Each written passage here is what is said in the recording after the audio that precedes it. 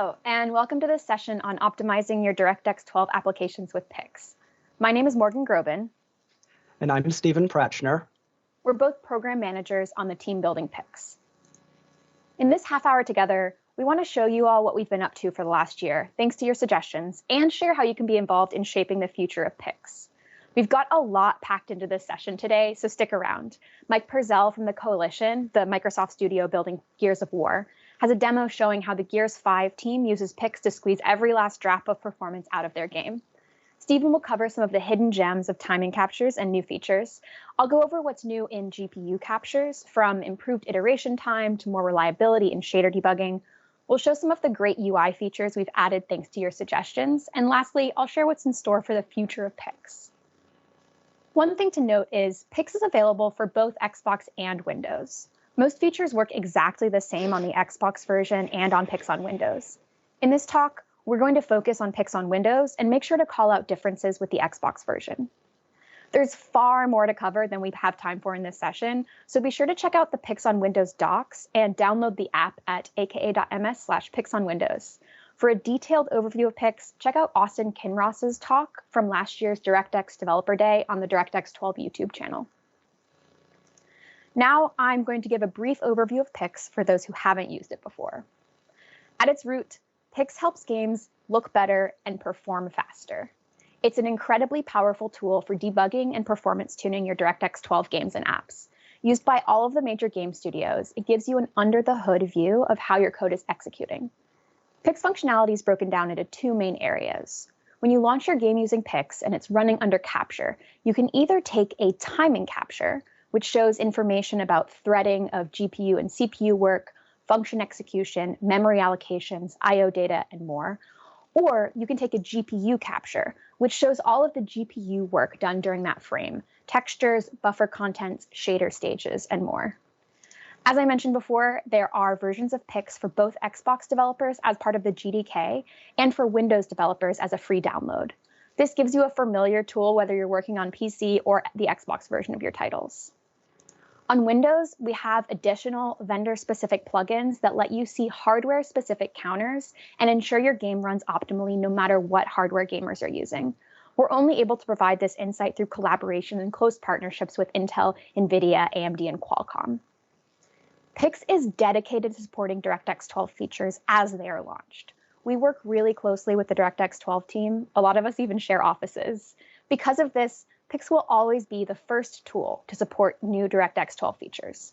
For example, as part of the DirectX 12 Agility SDK that Jacques Van Rijn is talking about at GameStack Live, PIX is launching support for shader model 6.6, which Greg Roth will touch on in his HLSL talk. And PIX will soon add support for direct storage. For more information, check out Andrew Young's talk. There's also tons of ways to make PIX even more useful, from instrumenting code with PIX events, remote debugging, command line automation, way more than we could possibly cover today. So do check out our docs or catch up with Stephen and I after the session. Now it is my pleasure to introduce Mike Purcell to share just a bit about how the Gears 5 team uses PIX.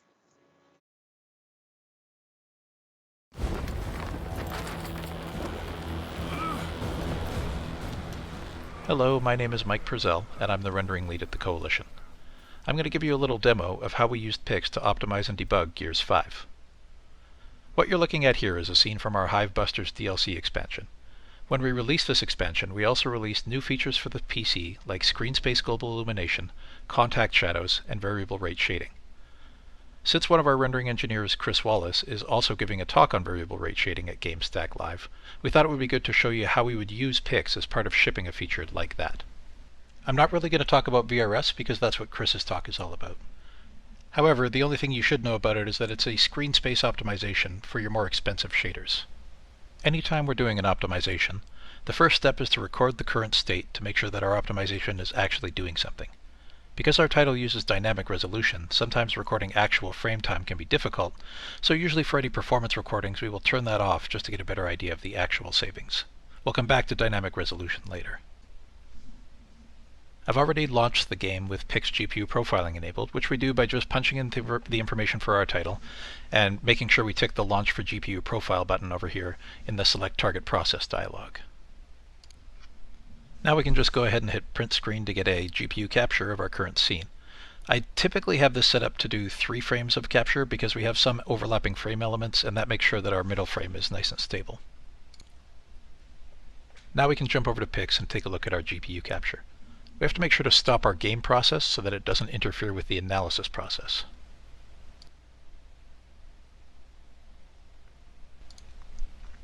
As I mentioned, VRS is a pixel shader optimization, so as we open up our capture, we're going to be looking for areas that have a lot of pixel-based work. Like, for example, the base pass or the lighting pass that immediately kind of jump out here.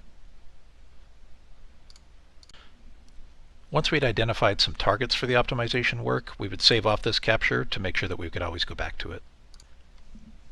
Normally the next stage is a bunch of experiments and a bunch of hard development work, but luckily I don't have to do that because Chris already did all of that, so all I'm going to do is go into the options menu and enable it, and then grab another PIX capture. Let's open up our PIX capture and see how we did.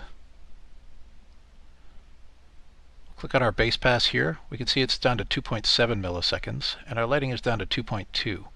We compare that against our initial scene, and we're at over a half millisecond savings. That would definitely be good enough for us to know that we could move forward with the feature, which is what we did. Finally, we'll take one more look at perf with our quality mode fully implemented and see how it performed. It's not as good as our initial quality test, but that was expected because we went very aggressive to see if it was going to be worth it. It's still an impressive 15.1 milliseconds on the frame, which if we compare that to our perf scene isn't quite as good at 14.3, but still a good amount better than our 16.2 original frame time. Now PIX isn't pure optimization for us. Our keen-eyed QA pointed out this bit of distortion that was occurring on the ice with VRS enabled when we were testing out the feature. And we were able to confirm it because we're able to go into our options and turn it off and notice that all that distortion goes away and we get the same smooth ice that we're used to. So this is another usage where we'll use PIX by grabbing a capture of this with and without the noise, and then we'll compare the two and see if we can't figure out where that distortion is coming from. If I load up the capture in PIX, the first thing I do is I go into the pipeline view so I can get a little bit more details on the inputs and outputs for each phase. I'm opening up the frame, and I'm going to take a look through the big elements of the scene, and essentially I'm kind of binary searching through all of these different blocks to see if I can spot when the corruption occurs. Now I'm cheating a lot because I know where the bug is because this is a previous bug, but we'll go through the steps anyways. And so the first thing I check out is base pass. It's the big one, so you can find an awful lot of bugs pre or post base pass. So we start off there, and I can't see much here because it's awfully dark, so hard to say if there's any corruption, but I can play around with the histogram a bit here, and I can kind of mess around. Yeah, that's a bit too dark, but then I can be scrolling through it with the right mouse button, and I can see a little bit more, and I can get the detail, and there is nothing to do with that corruption there. So I'll move on to the lights, see if I can spot anything there. Open up the direct lighting, same sort of procedure. It's initially quite dark, so I'm going to have to play around with the histogram a bit there to see something. And I move it around a bit, and that's not better. Scroll it, get it lighter. And I've got about the same thing. I'm not seeing any more corruption there. So again, with the binary search, I take another big jump, and we'll jump down to something like translucency here and see if we start to see the corruption at that point. My histogram is now back to sort of normal color space, so I can take a look, and yes, I have my corruption at this stage. So now I know that I'm somewhere in between my lighting and my translucency, and at this point I could play around with fog and stuff like that, but I'm cheating. I know where it is. We're just going to go take a look at the reflections here, and now normally we would have followed that investigation to see it, but there we jump into our reflections, and there's all of our noise. Now some of that noise is because it hasn't gone through the AA process yet, but let's just confirm. Take a look in the reflection apply, and yeah, it's still pretty noisy. We're still seeing a lot of the noise there. The last thing we're going to want to do is go into the non-VRS capture and just confirm that in fact the reflection does look good on that one so that we know we're on the right track. So we'll load that up, we'll get over to the spot. Once we know that that's confirmed, which it is, then we can task somebody out with fixing up that shader, which is what we did, and ship the feature. The last feature I want to take a look at is the timing capture. Now, where a GPU capture gives you detailed information about what the GPU is doing for a couple of frames, the timing capture gives you a good overall view that can go over minutes. This is a good way to answer our question of what our optimization is doing to our dynamic resolution. So I've re-enabled dynamic resolution, and we can take a look on PIX. We can start a timing capture, and then we can go back here and we can look around a little bit. Actually, I want to make sure I get a good amount of time in on the before turning on VRS. Then we'll go to our options, video settings, and then we'll enable VRS. And once again, we'll spend some time just kind of looking around. The timing capture gives you a lot of information. In fact, almost all of your PIX events are inside of this capture, and you could go frame by frame if you wanted. But what we want to use it for in this case is to look at our dynamic resolution, or in other words, see how much we increased our resolution for the user as a result of our optimization. So we're going to go over to the metrics view here, and then we have a custom counter for dynamic resolution.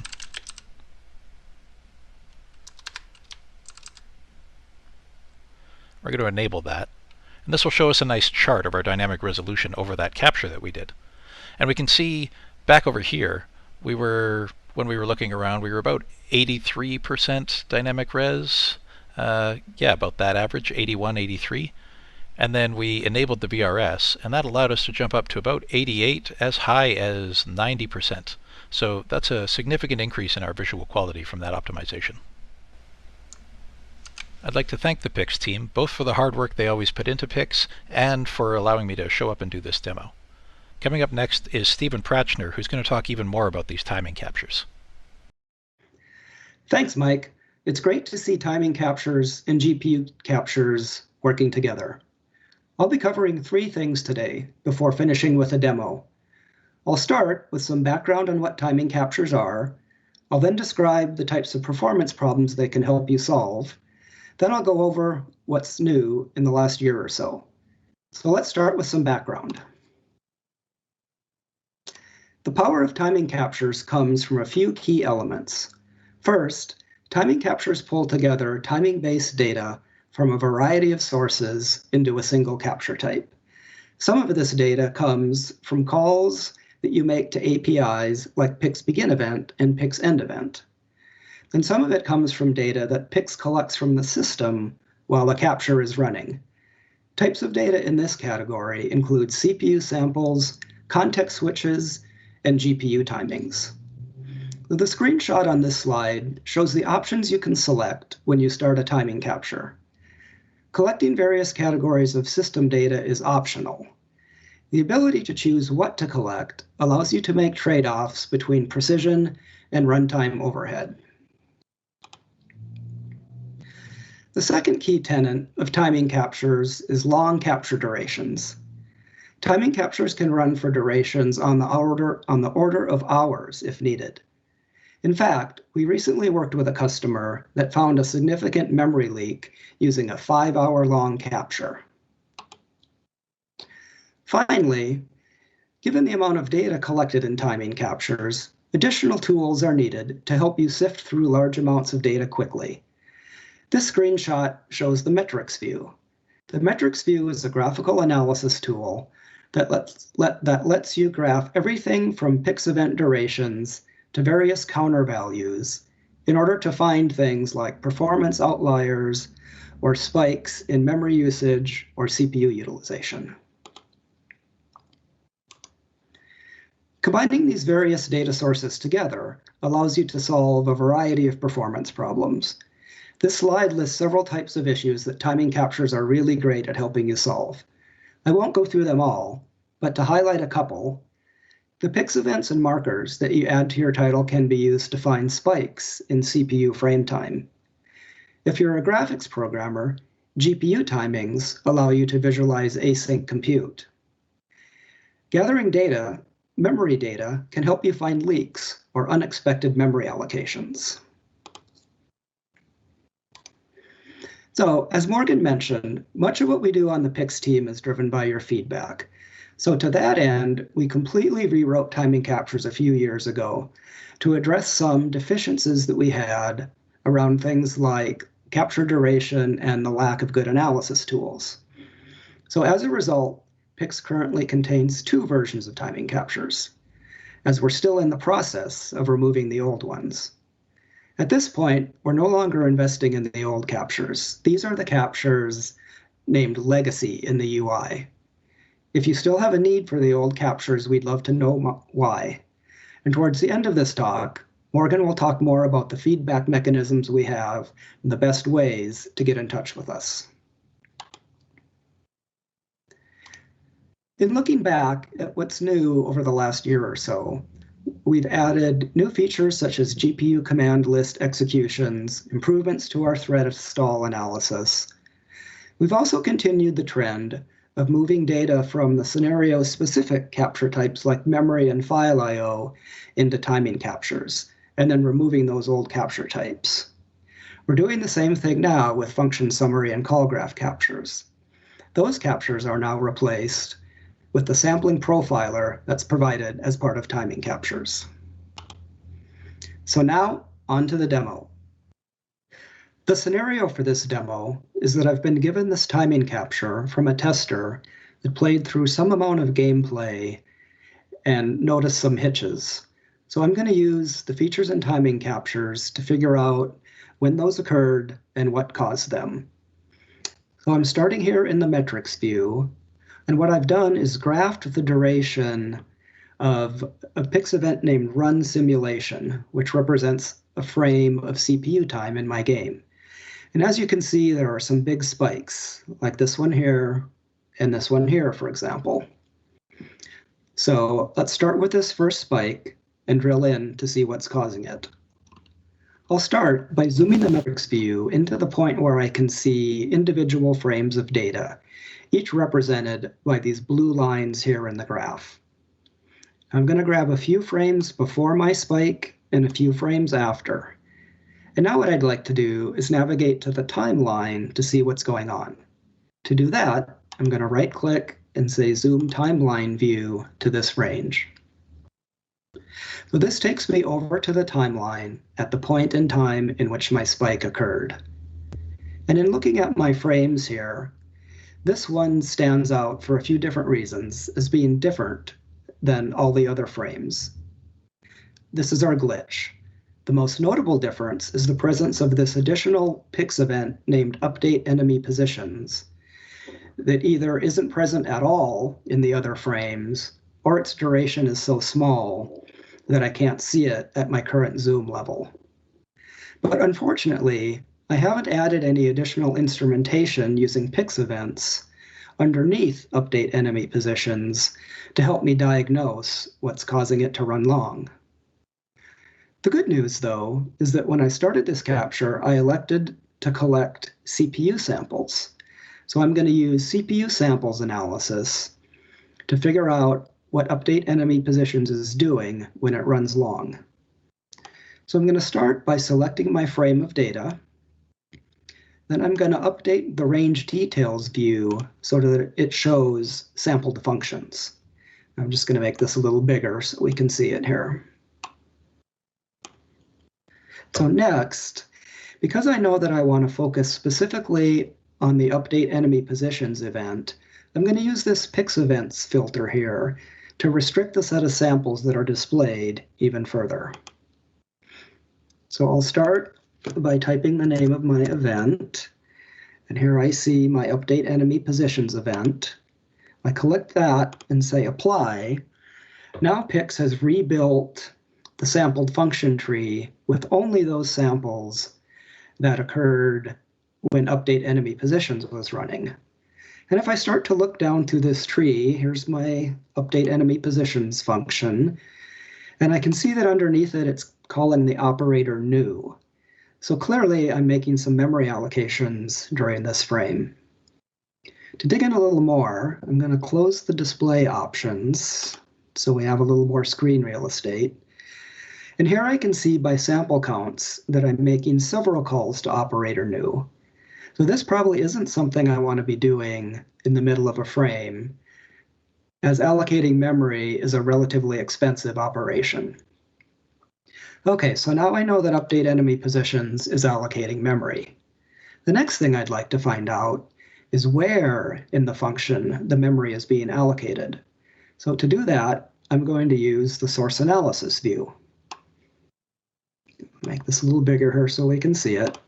And I switch to source analysis. Now I'm looking at the source code for my update enemy positions function.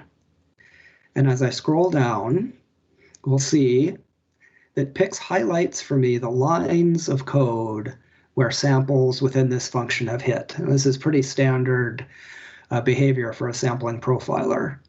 So what this is telling me here, this darker red line, tells me that about 45% of the samples that landed in update enemy positions are on this line. And this is constructing a vector of strings.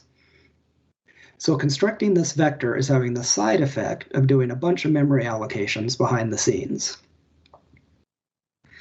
So now I know exactly where in my update enemy positions I'm making the allocations. So now I can go fix this performance issue by moving the allocations either to a less time critical thread, to the beginning of the level load, and so on.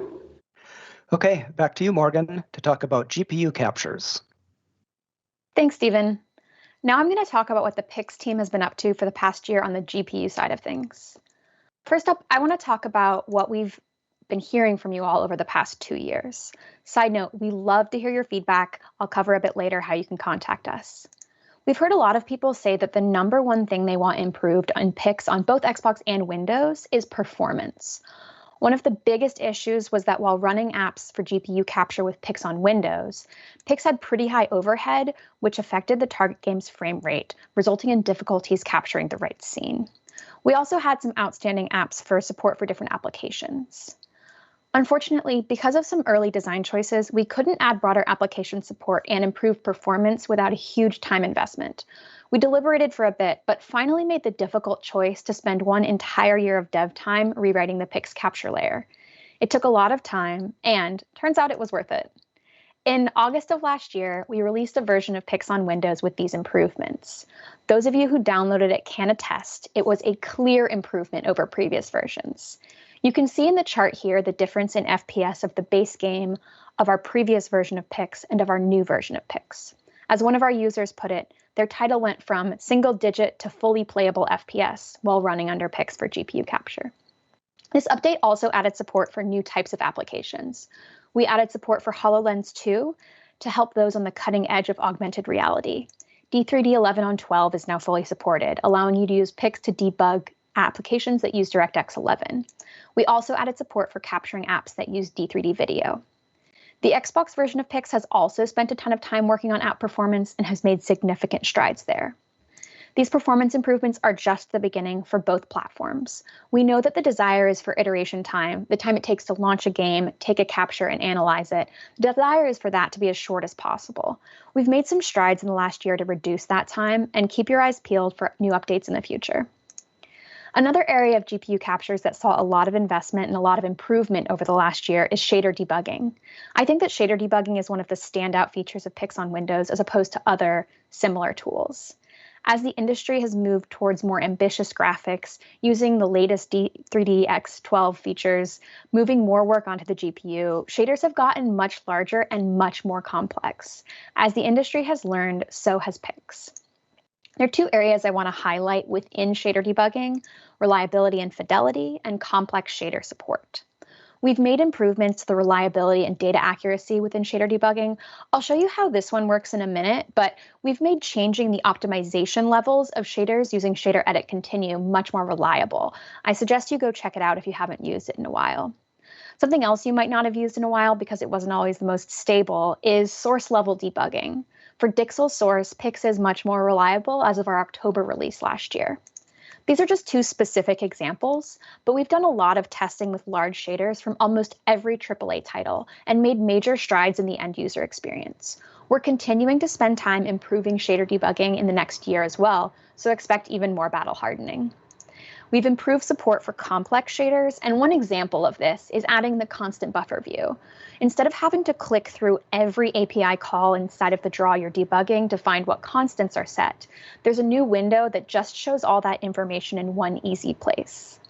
The next few things are better shown than told. So first off, I'm going to launch one of our test apps for GPU capture and take a capture using print screen. Then tab back over to PIX. I can open the capture and start analysis without closing the game. This is a new feature we just added. Previously, you had to close the game before analysis started. You still do have the option to terminate your game before running analysis, and that will give you more accurate timing data. But there are some situations where you might want to run analysis, check a few things, and then quickly get back into your game to take a new capture. Maybe you realized an object was obscuring the thing you wanted to analyze, or you're looking for a bug that only repros sometimes.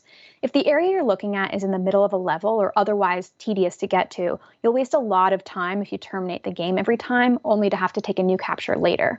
In this situation, I realized I missed capturing one of those potted plants, so I'm going to take a new capture. Next up, let's take a look at one of the draws in this capture. While we're here, I want to call out this great use of PIX events. The author of this test app has labeled the different stages of the graphics pipeline, which helps me find a draw in the Z pre-pass to show off the next feature. As captures get larger, like the coalition one y'all saw earlier, PIX events are really helpful for orienting yourself. This next new feature we've added is the descriptor heap view.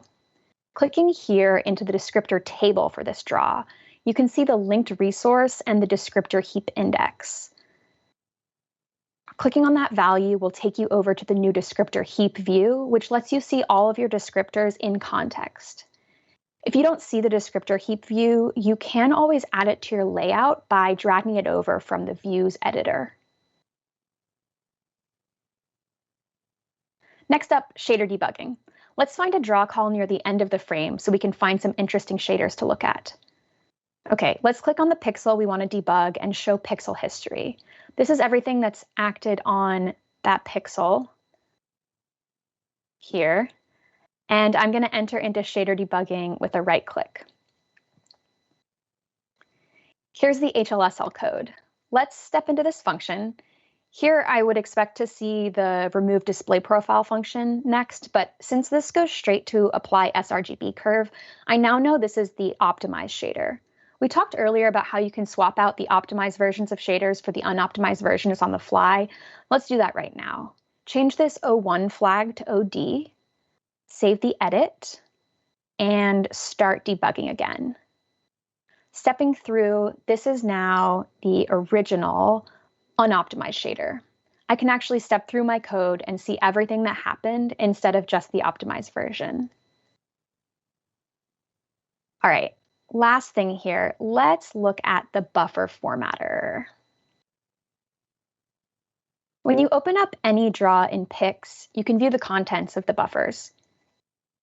Here, this is the vertex buffer for this draw, and you can see that PIX has automatically formatted the buffer view, so we see all of its contents formatted correctly. This sample also actually has a simple ray tracing demo in it. Let's open the dispatch raise call and take a look at the constant buffer here. We see immediately this is not formatted correctly. We are planning on adding automatic buffer formatting for ray tracing shaders sometime this year, but for now, this is a good example to use for the value of a buffer formatter. Put a lot of work into buffer formatter in the last year. You can look at the syntax help menu and see just how versatile and customizable it is. Now, if I ran across this unformatted buffer while using PIX, the first thing I would try is to see if I can get these numbers to look a little more reasonable. These definitely look better as floats, and see here, 1280, 720, that looks like a screen resolution. Since I have the source code for this app, I can go find the struct that defines this buffer and copy it directly into the buffer formatter. And there you go. That is the correct formatting. As you go beyond toy apps like this one to actual games, your buffers start getting really complex and huge. Some of the PIX captures I've seen from Microsoft Game Studios have hundreds of lines in them. That's why this buffer formatter is so useful. You can do all sorts of things, offsets, arrays, even nested structs. That's all for the demo. Next, I'm going to share some of the improvements we made based on your feedback. Next up, some more suggestions that we got directly from you all. PIX introduced a dark theme. I know that one will be popular. You can enable this in the options menu. Another thing we added because you asked for it is a quick way to access recently launched applications. This will speed up development cycles by a ton. With one click, you can see all of the recently launched applications and their configurations, including working directory, command line options, and environment variables. This screenshot is from a preliminary design at the time we recorded this talk, but to see the final version, make sure to download the latest version of PIX on Windows. Shocking as it is to hear, we don't know everything, and we honestly rely on you all to tell us how to make your lives easier when using PIX. We've made dozens of small changes from requests we've gotten via email and on Discord, adding sorting and filtering options, dialog confirmation boxes, so keep them coming. Now we've come to the end of this section. What is coming up on the horizon for PIX? First of all, we are continuing to focus on performance. PIX needs to be able to handle large, complex captures, and it needs to be able to do it quickly. We improved the performance at capture time. Next up will be a huge boost to performance at analysis time. This is a push across both the Xbox version of PIX and Windows version of PIX. Next area of focus for the PIX team is continuing to improve shader debugging. I know I keep coming back to this, but games really are getting significantly more beautiful, complex, ambitious, and with that comes bigger and more complex shaders and more ways to introduce bugs. We're dedicated to improving the reliability, fidelity, and the usefulness of the information that's presented during shader debugging. In that same vein, PIX is prioritizing keeping pace with industry innovation.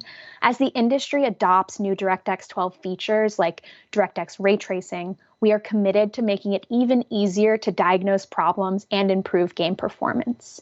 In timing captures, we'll continue to make enhancements to the sampling profiler and metrics analysis. Lastly, and most importantly, the features coming up this year. You tell us.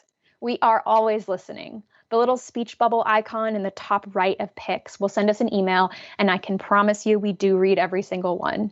We have a DirectX Discord with experts and other users who hang out and answer questions. There's a dedicated PIX channel.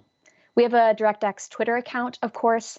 Our YouTube channel has some helpful educational videos, including Austin's talk from DirectX Developer Day that I mentioned earlier.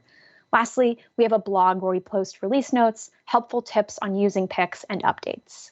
Thank you so much for your attention, and enjoy the rest of the conference.